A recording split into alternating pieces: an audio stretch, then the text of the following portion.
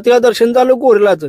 आणि आपल्या इथं रंकाळ्यावर की कोल्हापुरात एक छपरी येतात, रील्स बनवायला येते ती गोरिल्ला कासवा असं, त्यांना ताण बसवा पाहिजे. पांढरं मोर त्यांना मी पिक्चर मध्ये बघायचं, आज रिअल मध्ये बघितलो मी.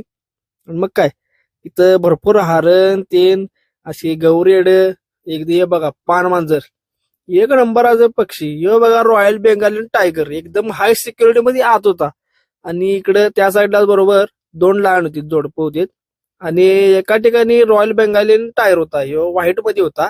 आणि ह्या साईडला होता आपला भगव्या कलरचा. इथं ही दोघं जोड होते, ते पांढरा टायगर होता ते एकच होता. ह्यो बघा बिबट्या, पॅन्थर म्हटलं जाते याला.